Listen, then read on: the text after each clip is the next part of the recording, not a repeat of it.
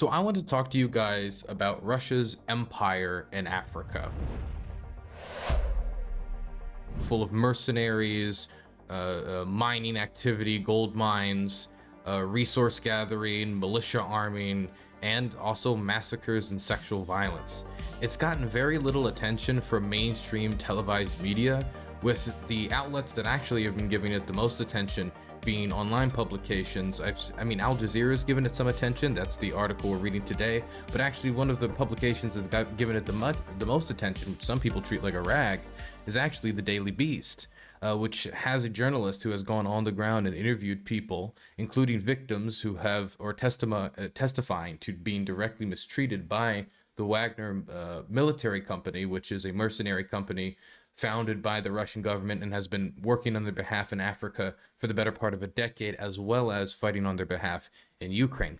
And I don't know why it hasn't been getting as much attention on the mainstream televised press, considering the violence that is going on, the growing amount of testimony and evidence against Wagner for these crimes in the region, and the just horrific nature of them. Maybe it's because it's part of a spiraling civil war that's been going on in the Central African Republic for the better part of a decade, and so the world has generally moved on. I mean, there's very little attention going on to the advance of the rapid support forces in Sudan, no matter how brutal and horrific their massacres become time and time and time again. It's gotten very little attention, even after the Blue Sudan movement.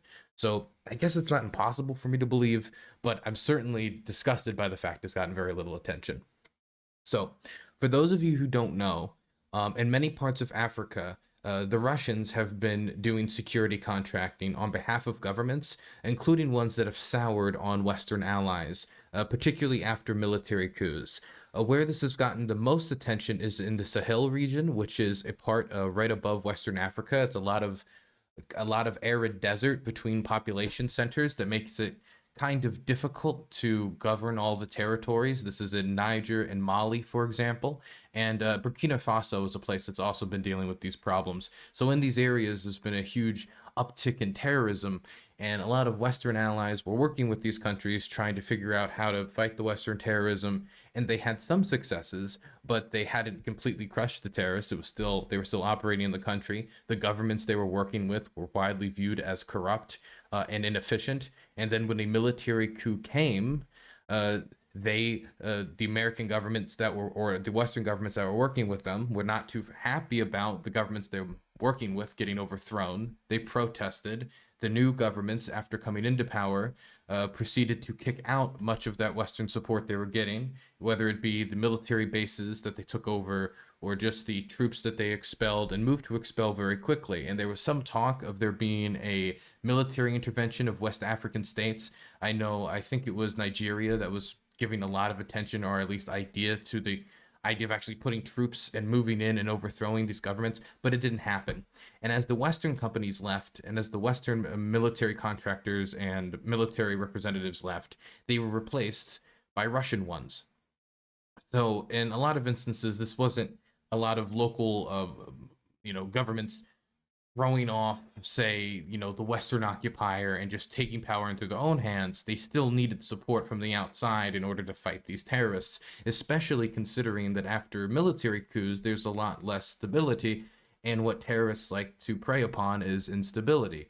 And it's already been shown that there has been an intensification in attacks on the military and on population centers since the military coups by these terror groups as they tried to seize on the initiative. Now, whether that continues into the long run, considering a lot of these coups only happened a year to 2 to 3 years ago, depending on which country you're talking about, Niger, Mali, or Burkina Faso. So we still can't know the full effects, but Wagner has moved in to replace a lot of these Western supporters. And so I think that while we could talk about those cases, I want to talk about a civil war that's been going on in Central Africa for a very long time, and how Wagner has moved in there to try to support the central government. Now, in their efforts to support the central government, they want something in return. As many of you know, Yevgeny Prigozhin founded the Wagner Group, and he was a street criminal. He was a food merchant, which is just a nice way to say, again, a street criminal who was engaged in all sorts of criminal activity. And when he was working on behalf of Vladimir Putin as a fixer and as somebody who was working on his behalf, he was doing stuff like disinformation spreading with the Internet Research Agency, which was his creation. And eventually, when Wagner was created and started doing operations throughout Africa, its primary goals, well, some people, like the Russians will say, of course, it was, to help its allies in the region and to promote peace and stability, or whatever they'll say.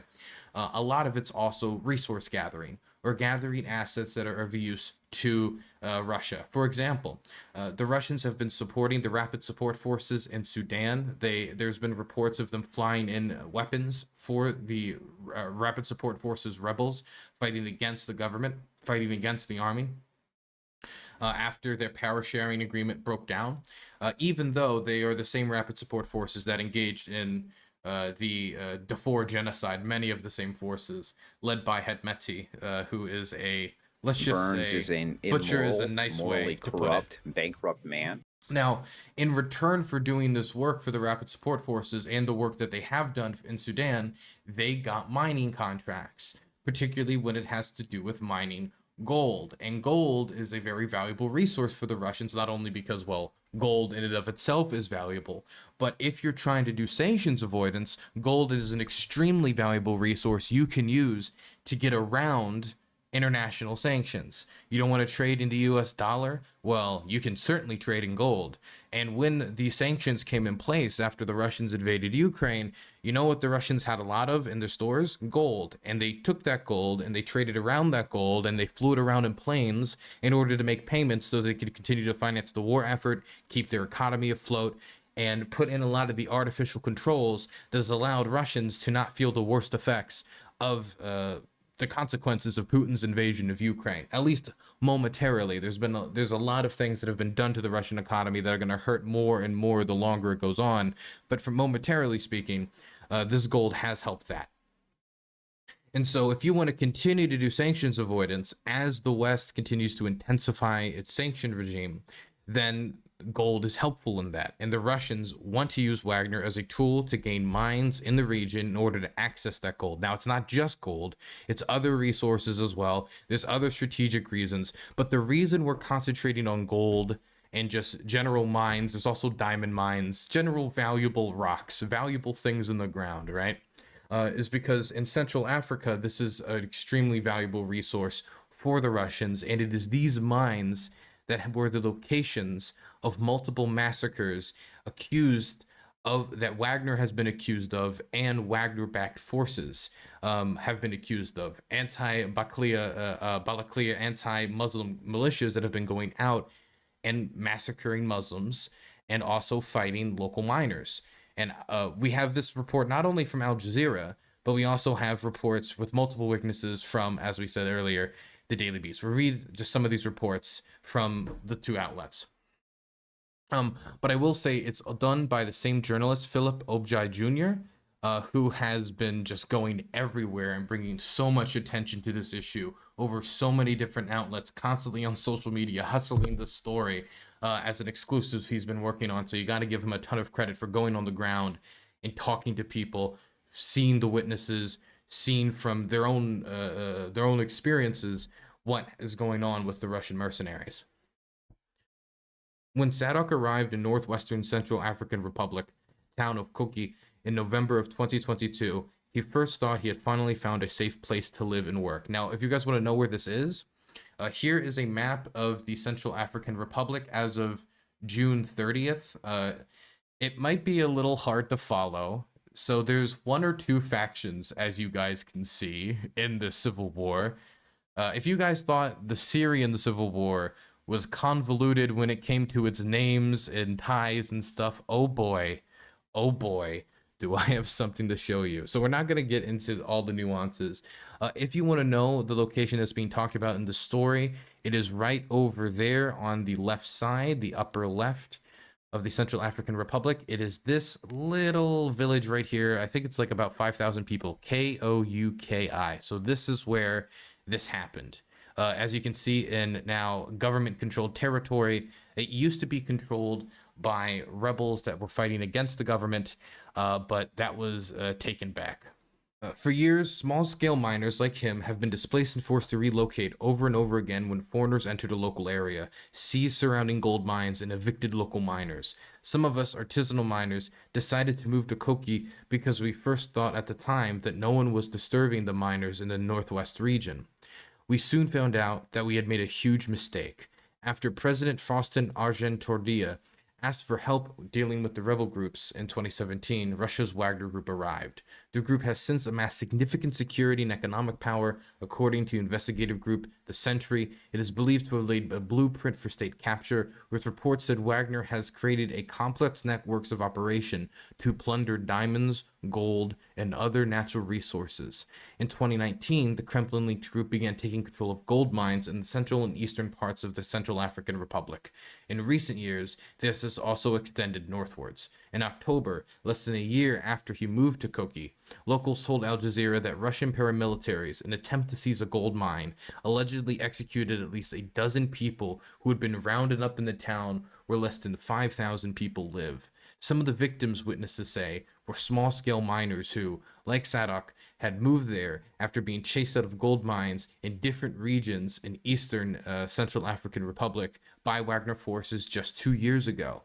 On a Sunday morning, the Russian paramilitaries arrived by helicopter near the mine, where the miners mostly live, and started shooting people, he said. They killed 12 civilians, some of whom were artisanal miners on that day. Locals also said in the same massacre that 4 actual rebels died, so the majority of the victims would be civilians. Wagner and Central African Republic government officials did not respond to Al Jazeera's request for comment, but Russian-linked forces have been accused of similar attacks against civilians in past years, and rights groups like Human Rights Watch have also denounced Wagner actions, alleged violations of international law in the Central African Republic. But this is just one piece that this guy has produced documenting this. I mean, this was the same. This is also a report on the same attack by Koki. I just wanted to give attention to the fact that he's doing this with multiple outlets, trying to get the story around. But also, it doesn't stop there. He also did a report last month on Wagner Russian mercenaries who had kidnapped local civilians after they had been kidnapped by local militias. Get this, you're a young girl, a young Central African Republic girl, trying to make your way through the Civil War, and you get kidnapped by one of the rebel groups, and here comes these white soldiers who have come and aligned themselves with your government for whatever reason. They come to your rescue, take you, and what they did is they took these girls, according to their testimony, they brought them back to their base in a dusty room, and they told them, hey, even though they had no problems, no physical ailments, they weren't hurt, due to the circumstances of your kidnapping, we need to give you some medicine so you don't feel good, that you don't have any injuries. So you don't feel bad and you don't have any injuries. And then they both report basically being knocked out with the drugs, and that when one of them woke up, they found that their vagina was bleeding. And that this happened multiple times over multiple days before eventually they were allowed to leave after being told that if they told anybody what they think had happened, which was that they had been sexually mistreated, that they would kill them. And then, of course, after he did reporting on the story and he started snooping around, let's just say the Russians were not too happy. And look, this is not a particularly new story, as Human Rights Watch has talked about, as we were reading with the Al Jazeera story. There have been other massacres that the Russians have been involved with. Not all of them is the Russians directly doing killings. For example, a detail of the 2021 Boyo killings, and I didn't do all the due diligence of getting independent articles, so here's just the Wikipedia page about it. You can go read about it yourself.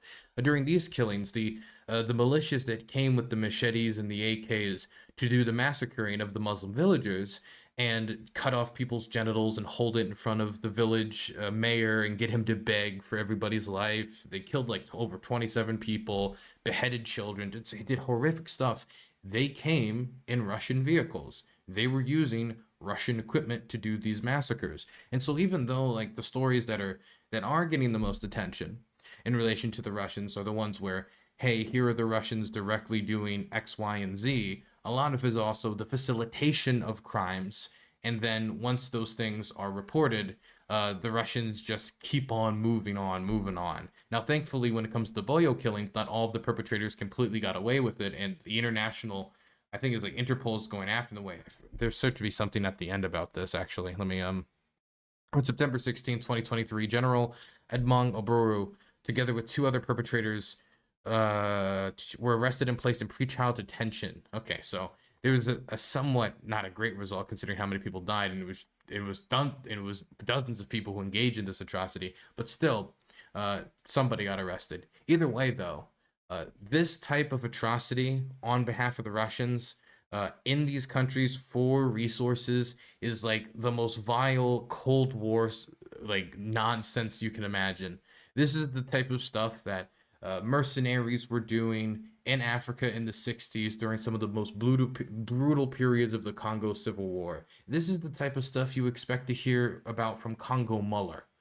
Some of the Western mercenaries, or there's other mercenaries, not only from the West and other fighters on the West that committed war crimes, but some of the worst episodes of the Cold War that people would have hoped that we had moved on from. This type of colonial or neocolonial, however you want to call it, developing these types of neocolonial relationships with African nations. But in pursuit of sanctions avoidance and influence in Africa, and a continent that's exploding in population, exploding in development, and I mean that in a positive way, to gain that influence is of such importance, and to gain those resources while the country is unstable, that these types of killings and these types of massacres and these types of crimes being committed by an organization that is heavily recruited from criminals is just the cost of doing business. Definitely under such circumstances where military recruitment is not at the highest, at the highest levels of the war. They are evil. It's just like genuinely evil behavior.